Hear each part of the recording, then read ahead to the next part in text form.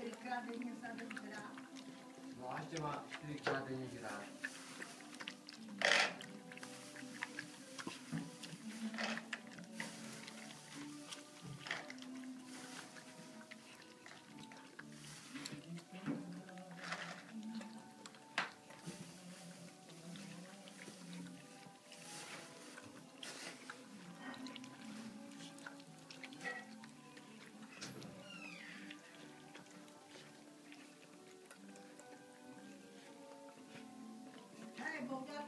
Když je to, Lucka Podlariová když je to 60, tak 15 je na 4. Já si to pak přečtu.